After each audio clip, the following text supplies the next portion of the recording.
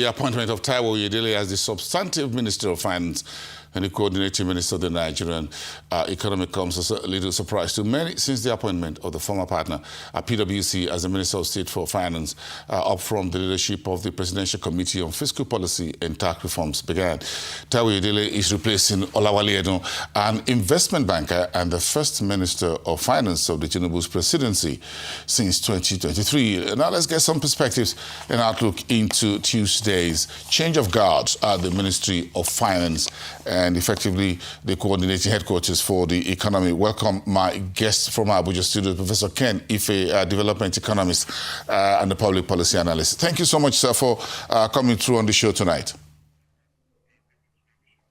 Thank you. Thank you for having me. Thank you for making it a very short notice. Now, what has been the reaction in the past 24 hours since Oyedele's appointment was announced as Nigeria's finance minister? What have you heard within your circuit of development, economists and others?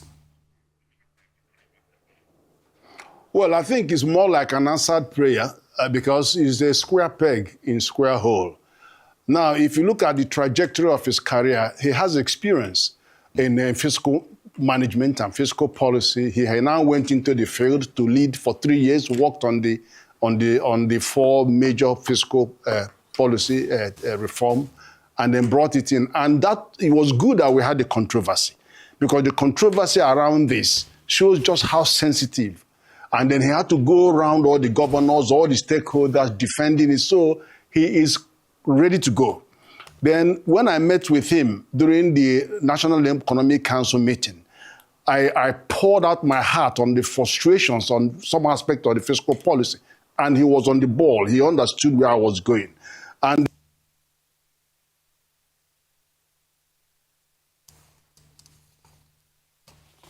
he's going to do this work. It's not because he doesn't know it. He understands what needs to be done. And I'm glad that he's given the opportunity to actually do these things, to deliver that package. Okay, so technically speaking, you aren't surprised that Taiwo Oyedele is the new finance minister. How much is Oyedele bringing to the table? You mentioned a little bit about fiscal policy. How much is he bringing to the table on the side of macroeconomic side of things? No, first of all, Wale has laid some solid foundation because he didn't want to interfere with central bank. If there's anything that he has done that I appreciated the most, is that he has left central bank alone. No ways and means, all that stuff. He just left central bank alone to actually come to terms with what they are doing, and they're delivering fantastic work there. Then he has his challenges, and I'm not going to go into all that. But the major thing is that the reform that had to take place was, it was so long overdue. It was torturous. It took so long. He produced those reforms. He did formula and all that. Governors kicked against that. He went around several meetings, consultations. There's nobody that needs to be talked to, stakeholder that he hasn't talked to. So there's everything that he needs to experience. What he's going to be doing now is this. Every year he has to be rolling out Finance Act to be able to, because it's a work in progress. He's going to start implementing, but now begin to use Annual Finance Act to sharpen the rough edges and then breach the frictional gaps and then modify and carry on. But then there's another outstanding one that I said he has to focus on, and that is about the Fiscal Responsibility Act 2007, to bring it up to date, amend it so that you will stop the stealing.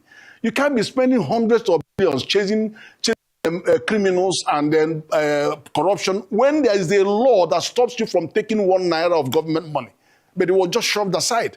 And then all the fiscal responsibilities that we saw that ended up in the chaos and fiasco of last year, end of last year on budget, 3-year budget, I don't think he's going to go through all that. So he's fully aware of what needs to be done. Focus on the law. Look, I am for government borrowing, but it has to be for the right purpose.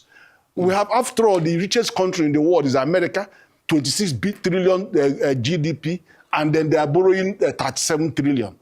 And the issue about the integrity of the borrowing and the purposeful and it doesn't seem to arise. Yeah. But here is the opposite. Okay. You borrow for the wrong reason, and then there's no accountability, there's no transparency, and there's no prudence in all of that public finance management space.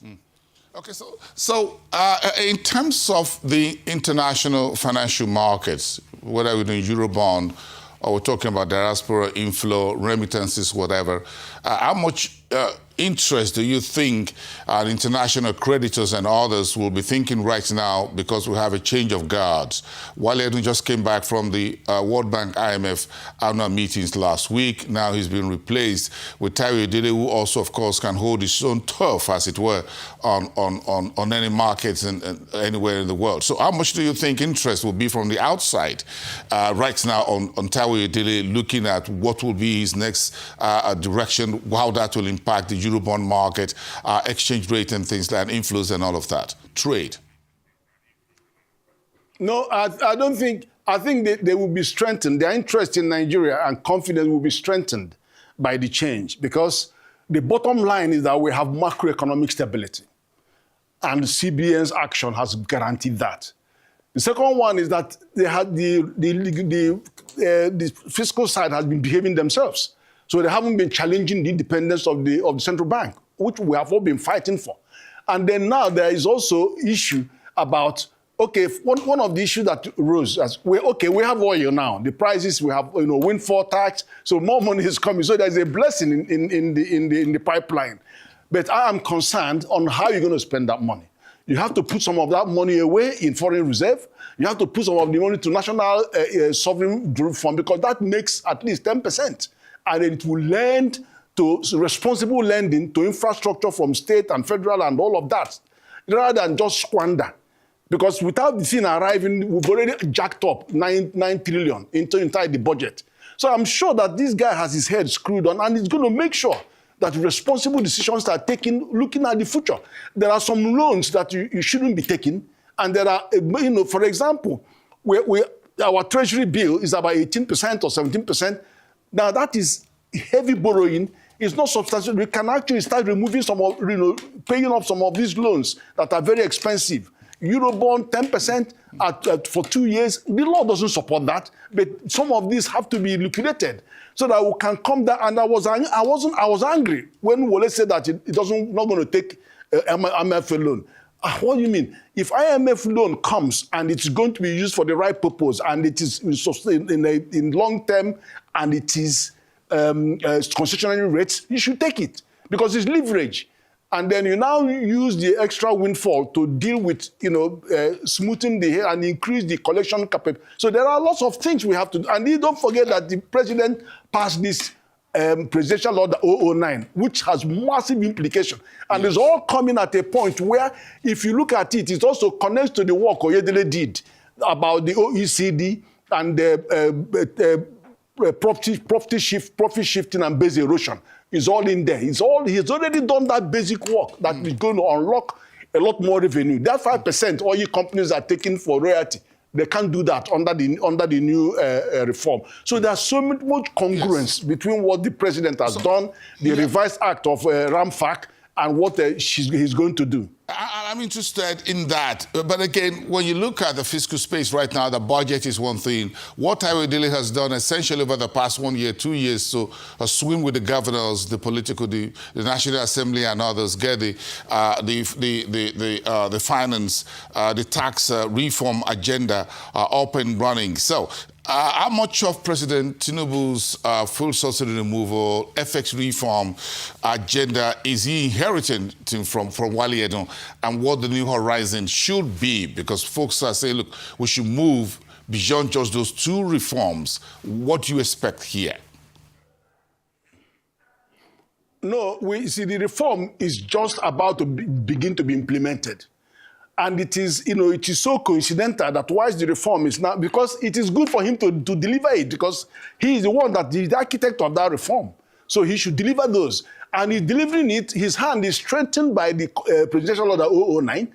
His hand is strengthened by RAMFAC 2025 law amendment.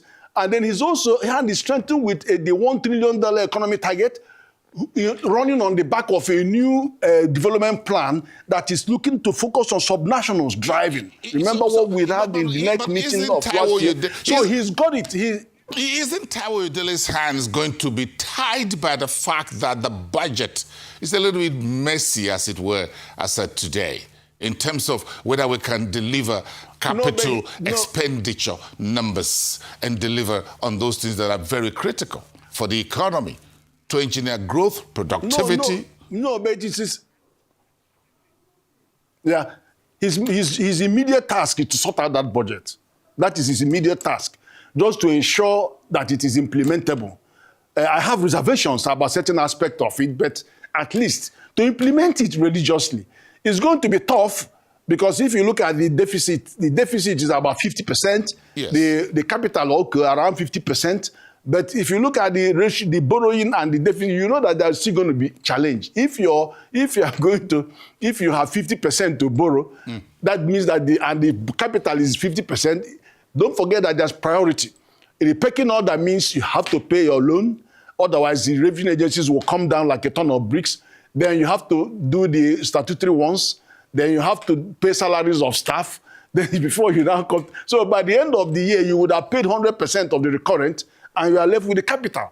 So he has to juggle. He has to juggle to make sure that the capital gets a look. Where will the money? Where will that money come from? Is just Professor, where is that money going to come from? Because this administration does not do ways and means. So where would that money come from for Taiwo Oyedele to be able to execute capital expenditure, which is critical? The money is no, wait. First of all, there is an increase in the revenue collection. Number two, the presidential order 0039 says to the NNPC, remove your hand from the till. It now empowers IOCs to send money direct into the federation. What's happened in the past is when the oil money comes, 5% is slashed off. They say it will do with royalty. That nonsense. Now, under the Oyedele's thing, is challenged. They can't do that. It has to be now. NNPC, it stopped 30% going to frontier basin. It was only 40% that we were bringing onshore to share. Now we want the 100%. So there's going to be a lot of money coming in from June. So there is going to be money. But the thing is that on the top of it, you have windfall, with the high cost of food. You have windfall. And you have to manage all these resources to make sure that you are delivering on a capital project. They make sure you have judicious allocation of that money. Some of them must go to reserves. Because the reserves, when you boost the reserves, you boost the confidence of investors. Some of them must go to our sovereign funds. Because sovereign funds is the one that actually lends money to states and federal to make sure they do the job. And not money for the boys. It's not supposed to be pocket money. So it has to be judiciously applied to finance the capital component. And there are so many sources now from June that you are going to see that's going to bring a lot of money onshore. Are you surprised, Professor Ken, that Mr. President is doing a few appointments around the economy?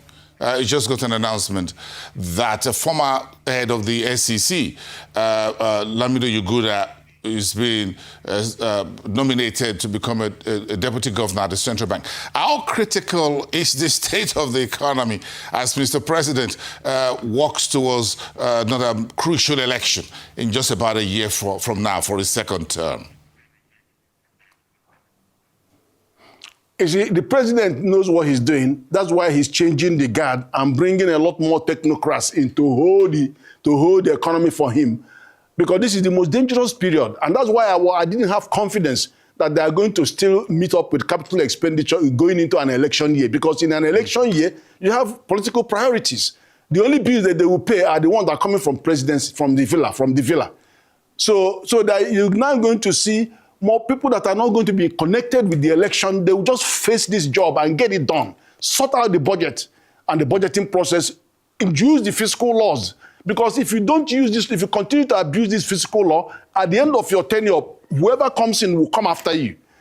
So you don't, and that's why I was attacking World Bank the other day. How can you be telling the government to lend, come and borrow money and go and share? You can't do that. Give us grant, we will share your grant, and tell them to use the internal generated revenue for anything that they want that is social. So you can't do that, and then you can't come and tell us to abandon our, what do you call it, start importing fuel and all that stuff. So I went mad.